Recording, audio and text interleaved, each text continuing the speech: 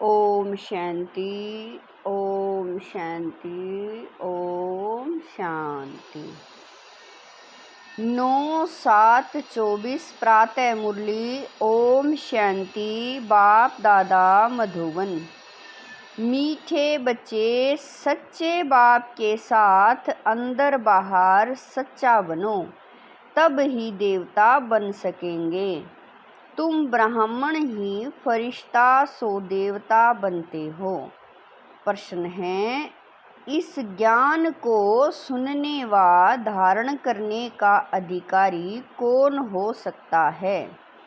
उत्तर है, जिसने allrounder part बजाया है, जिसने सबसे जास्ती भक्ति की है, वही ज्ञान को धारण करने में बहुत तीखे जाएंगे, ऊंच पद भी वही पाएंगे। तुम बच्चों से कोई पूछते हैं, तुम शास्त्रों को नहीं मानते हो, तो बोलो, जितना हमने शास्त्र पढ़े हैं, भक्ति की है, उतना दुनिया में कोई नहीं करता।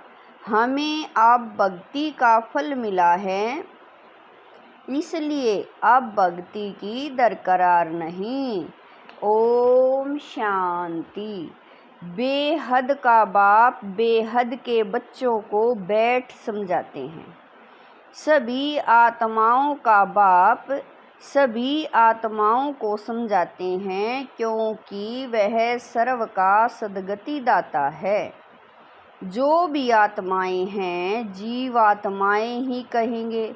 शरीर नहीं तो आत्मा देख नहीं सकती। भले ड्रामा के प्लान अनुसार स्वर्ग की स्थापना बाप कर रहे हैं, परंतु बाप कहते हैं, मैं स्वर्ग को देखता नहीं हूँ, जिन्हों के लिए है वही देख सकते हैं। तुमको पढ़ाकर फिर मैं तो कोई शरीर धारण करता ही नहीं हूँ, तो बगैर शरीर देख कैसे सकूँगा? ऐसे नहीं जहाँ तहाँ मौजूद हूँ, सब कुछ देखते हैं, नहीं, बाप सिर्फ देखते हैं तुम बच्चों को, जिनको गुलगुल फूल बनाकर याद की यात्रा सिखलाते हैं। योग अक्षर भक्ति का है, ज्ञान देने वाला एक ज्ञान का सागर है, उनको ही सतगुरु कहा जाता है, बाकी सब हैं गुरु। सच बोलने वाला, सचखंड स्थापन करने वाला वही है। भारत सचखंड था, वहाँ सब देवी देवता निवास करते थे। तुम अभी मनुष्य से देवता बन रहे हो, तो बच्चों को समझाते हैं, सच्चे बाप के साथ अंदर बाहर सच्चा बनना है। पहले तो कदम कदम पर झूठ ही था, वह सब छोड़ना पड़ेगा। अगर स्वर्ग में ऊंच पद पाना चाहते हो, तो भले स्वर्ग में तो बहुत जाएंगे। बाबा कह रहे हैं, भले स्वर्ग में तो बहुत जाएंगे, परंतु बाप को जानकर भी विकर्मों को विनाश नहीं किया, तो सजाएं खाकर हिसाब किताब चुकतू करना पड़ेगा। फिर पद भी बहुत कम मिलेगा। राजधानी स्थापन हो रही है पुरुषोत्तम संगम युग पर।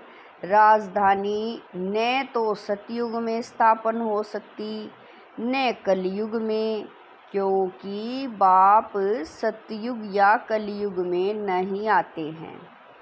इस युग को कहा जाता है पुरुषोत्तम कल्याणकारी युग। इसमें ही बाप आकर सबका कल्याण करते हैं। कलयुग के बाद सतयुग आना है, इसीलिए संगम युग भी जरूर चाहिए। बाप ने बताया है, यह पतित पुरानी दुनिया है।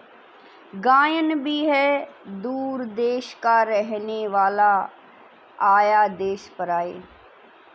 तब बाबा कह रहे हैं, दूर देश का रहने वाला तो पराए देश में अपने बच्चे कहाँ से मिलेंगे? पराए देश में फिर पराए बच्चे ही मिलते हैं।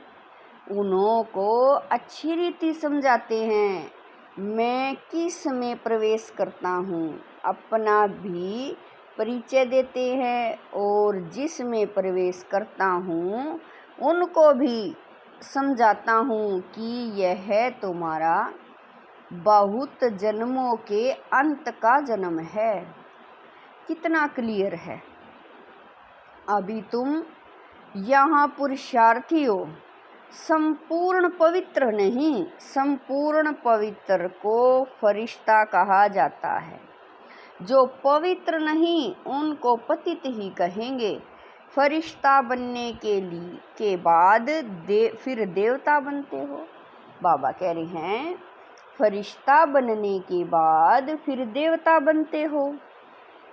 सूक्ष्म वतन में तुम संपूर्ण फरिश्ता देखते हो। उन्हों को फरिश्ता कहा जाता है तो बाप समझाते हैं, बच्चे एक अलफ को ही याद करना है। अलफ माना बाबा, उनको अल्लाह भी कहते हैं। बच्चे समझ गए हैं, बाप से स्वर्ग का वर्षा मिलता है। स्वर्ग कैसे रचते हैं? याद की यात्रा और ज्ञान से। भक्ति में ज्ञान होता नहीं, ज्ञान सिर्फ एक ही बाप देते हैं ब्राह्मणों को। ब्राह्मण चोटी है ना। अभी तुम ब्राह्मण हो, फिर बाजोली खेलेंगे। ब्राह्मण, देवता, क्षत्रिय, इसको कहा जाता है विराट रूप। विराट रूप कोई ब्रह्मा, विष्णु, शंकर को नहीं कहेंगे। उसमें चोटी ब्राह्मण तो है नहीं। बाप ब्रह्मा तन में आते हैं, यह तो कोई जानते नहीं। ब्राह्मण कुल ही सर्वोत्तम कुल है, जबकि बाप आकर पढ़ाते हैं। बाप शूद्रों को तो नहीं पढ़ाएंगे ना, ब्राह्मणों को ही पढ़ाते हैं। पढ़ाने में भी टाइम लगता है। राजधानी स्थापन होनी है। तुम ऊंचे ते ऊंच पुरुषोत्तम बनो। नई दुनिया कौन रचेगा? बाप ही रचेगा। यह भूलो मत। माया तुमको बुलाती है, उनका तो धंधा ही यह है।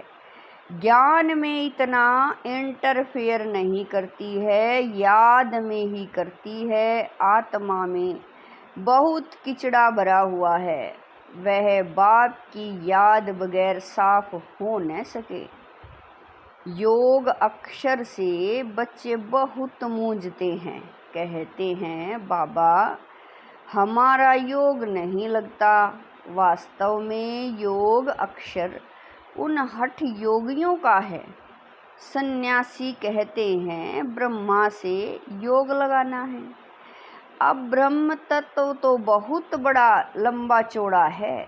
जैसे आकाश में स्टार्स देखने में आते हैं, वैसे वहाँ भी छोटे छोटे स्टार मिसल आत्माएं हैं।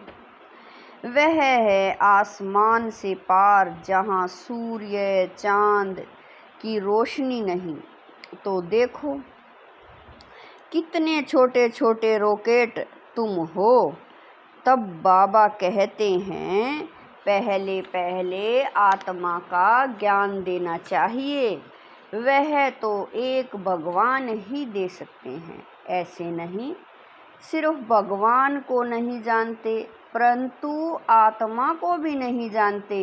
इतनी छोटी सी आत्मा में 84 के चक्र का अविनाशी पार्ट भरा हुआ है। इनको ही कुदरत कहा जाता है और कुछ नहीं कह सकते। आत्मा 84 का चक्र लगाती ही रहती है। हर 5000 वर्ष बाद यह चक्र फिरता ही रहता है। यह ड्रामा में नूंद है। दुनिया अविनाशी है, कभी विनाश को नहीं पाती। वो लोग दिखाते हैं बड़ी प्रलय होती है, फिर श्री कृष्ण अंगूठा चूसता हुआ पीपल के पत्ते पर आता है, परंतु ऐसे कोई होता थोड़ा ही है। यह तो बेकायदे है। महाप्रलय कभी होती नहीं। एक धर्म की स्थापना और अनेक धर्मों का विनाश चलता ही रहता है। इस समय मुख्य 3 धर्म हैं। यह तो ऑस्पिशियस संगम युग है। पुरानी दुनिया और नई दुनिया में रात दिन का फर्क है।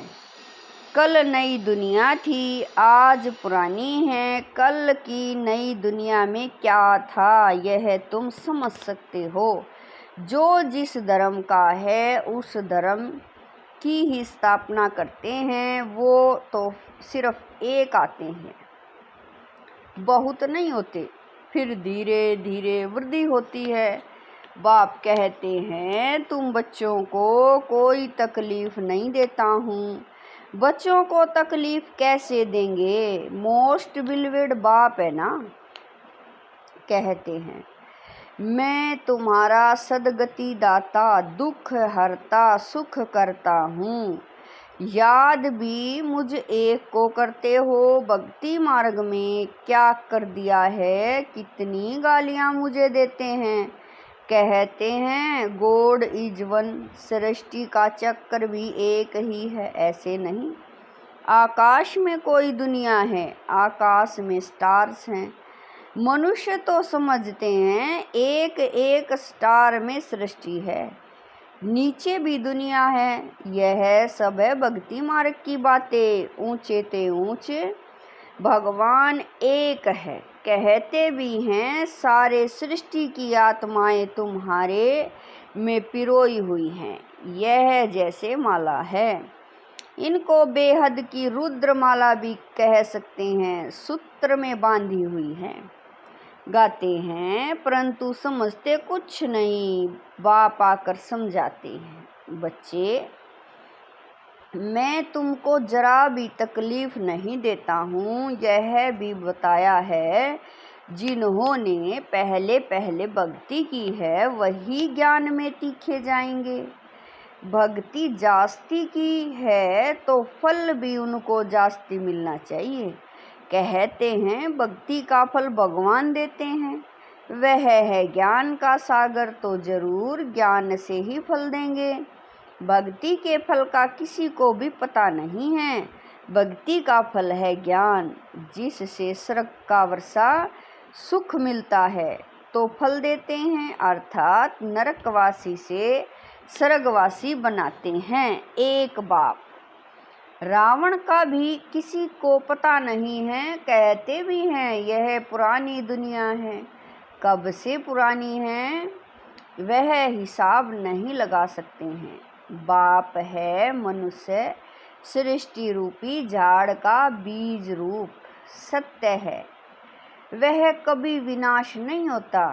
इनको उल्टा झाड़ कहते हैं। बाप ऊपर में है, आत्माएं बाप को ऊपर देख बुलाती हैं। शरीर तो नहीं बुला सकता। आत्मा तो एक शरीर से निकल दूसरे में चली जाती है। आत्मा न घटती न बढ़ती, न कभी मृत्यु को पाती है। यह खेल बना हुआ है।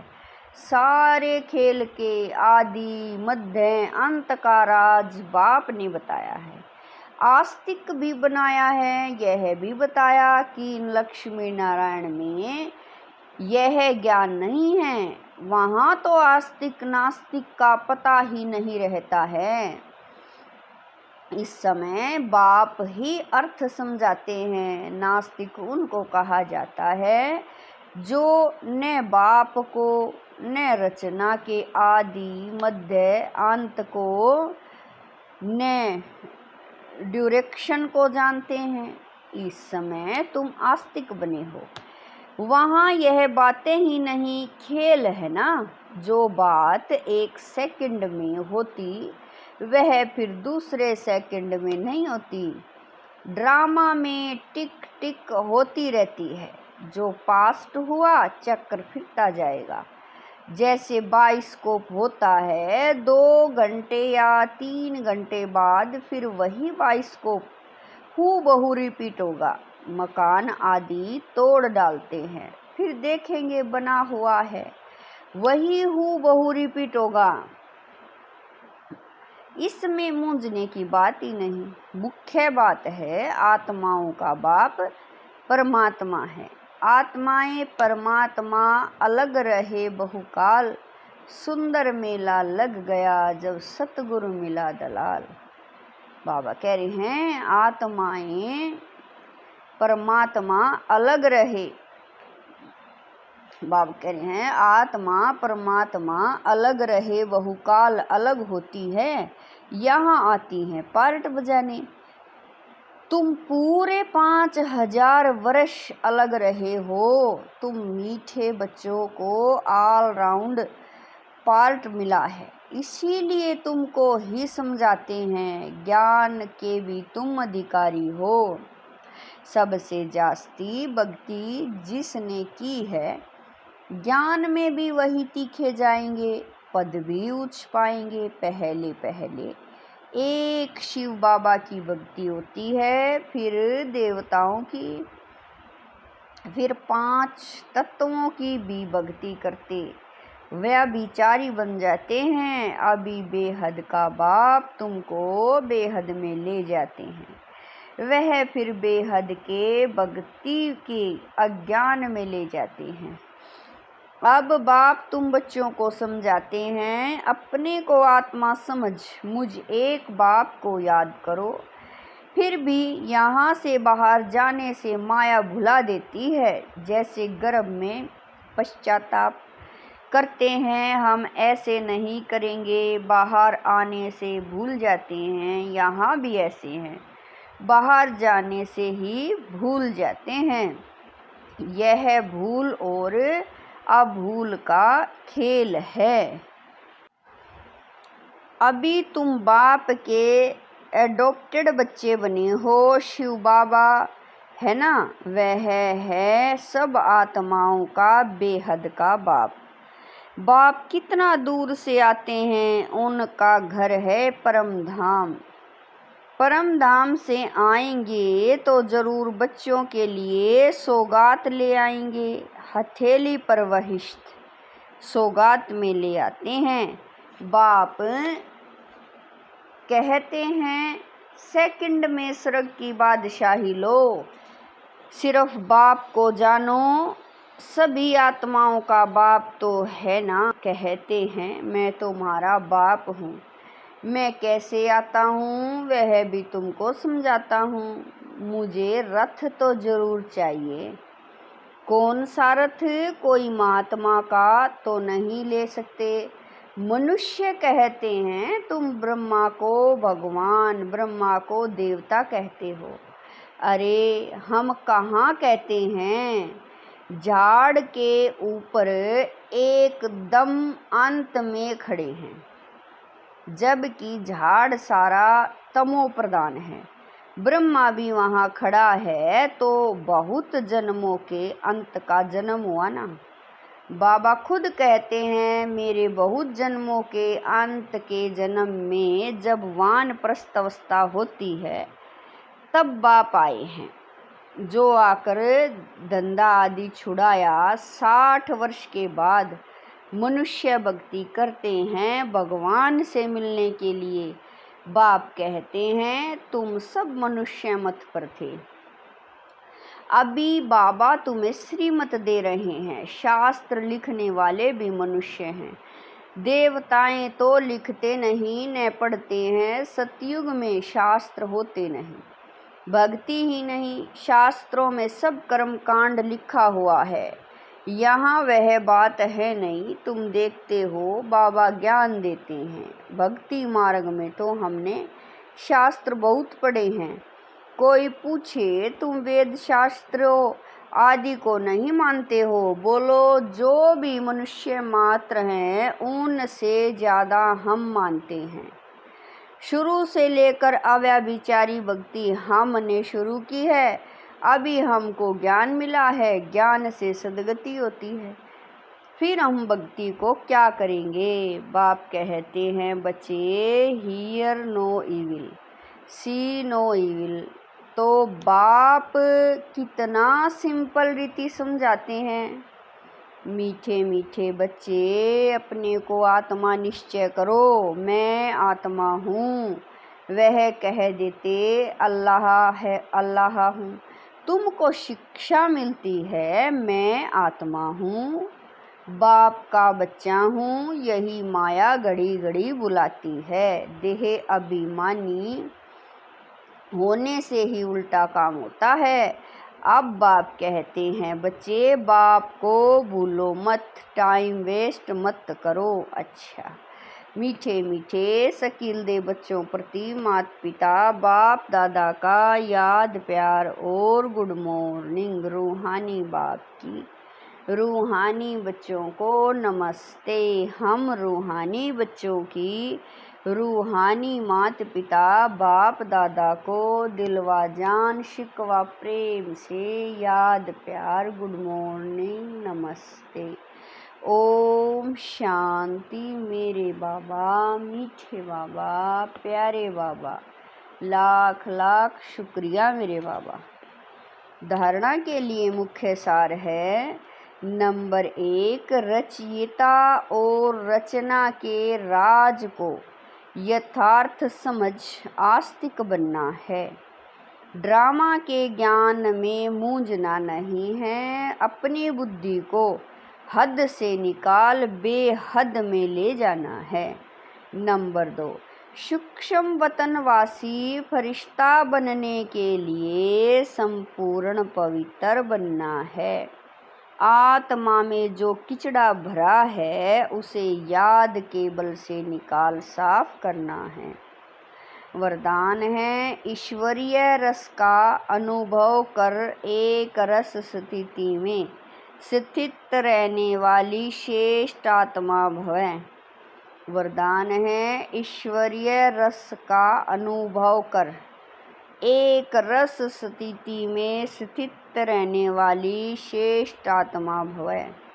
जो बच्चे ईश्वरीय रस का अनुभव कर लेते हैं उनको दुनिया के सब रस फीके लगते हैं। जब है ही एक रस मीठा तो एक ही तरफ अटेंशन जाएगा ना, सहज ही एक तरफ मन लग जाता है, मेहनत नहीं लगती है। बाप का स्नेह, बाप की मदद, बाप का साथ, बाप द्वारा सर्व प्राप्तियां सहज एक रस स्थिति बना देती है। ऐसी एक रस स्थिति में स्थित रहने वाली आत्माएं ही श्रेष्ठ हैं। स्लोगन है, किचड़े को समा कर रतन देना ही मास्टर सागर बनना है। स्लोगन है, कीचड़े को समा कर रतन देना ही मास्टर सागर बनना है। ओम शांति।